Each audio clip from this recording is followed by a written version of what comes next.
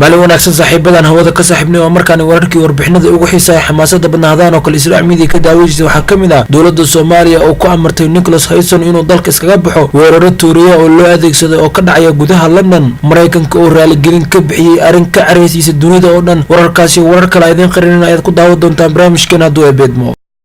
subscribe sar gambalelka kana furo si aad u hesho warar wixii ku dhaafay ama waxa minidka dhacaya wasaaradda arrimaha dibadda ee Soomaaliya ayaa ku amartay wakiilka gaarka ah ee xogayaha qaramada midoobay u qaabilsan Soomaaliya inuu si degdeg ah wadanka uga baxo kadib markii uu warqad ku aadan rabshadihii ka dhacay beedhabo u diray wasiirka amniga gudaha wasaaradda arrimaha dibadda ayaa lagu wargeliyay in xogayaha guud ee qaramada midoobay Antonio Guterres in Nicholas Hayson aan laga rabin isla kana aanu ka shaqeyn karin Soomaaliya sida awgeedna loo baahan yahay inuu dalka uga baxo sida uga dhaqsiyaha badan wasiirka arrimaha dibadda ee Soomaaliya Axmed Ciise Cawad oo u waramay laanta afka Soomaaliga ee BBC-da ayaa sheegay in ergeyga uu galay qalad badan isla markaana uu wasiirka amniga gudaha ula dhaqmay sida mas'uul isaga ka amar qaata oo kale ugu yaraan 2 qof ayaa dhimatay 4 kalena dhaawac ayaa soo gaaray kadib 2 weerar oo Torey loo adeegsaday oo talaadadii shalay ahayd ka dhacday magaalada London ee dalka Britain wararka oo loo adeegsaday Torey oo ka dhacay deegaanka Bagland ayaa waxa ku dhintay hal nin halka 3 qof kalena oo kamid ahayd dumar lagu dhaawacay sidoo kale haweeney ayaa lagu toogtay goob lagu caweeyo oo ku taalay Hagneed halka midka kalena si xun loogu toreeyay Southwark booliska ayaa sheegay in ninka lagu dilay Bagland uu ahaa nin ka shaqeeya arrimaha amniga ee goobtaasi sidoo kale labada nin ee kale ee la dhaawacay iyaguna waxay ka shaqeeyeen isla goobtaasi taliska dhinaca istiraatiijiyadda ee militariga Marekanka oo dusha kala socda hubka nuclearka ee dalkaasi ayaa raali gelin ka bixiyay qoraal la soo dhigay barta Twitterka kaasoo lagu sheegay in Marekanka uu diyaar u yahay in uu soo diro wax aad iyo aad ugu baaxad weyn kubadda weyn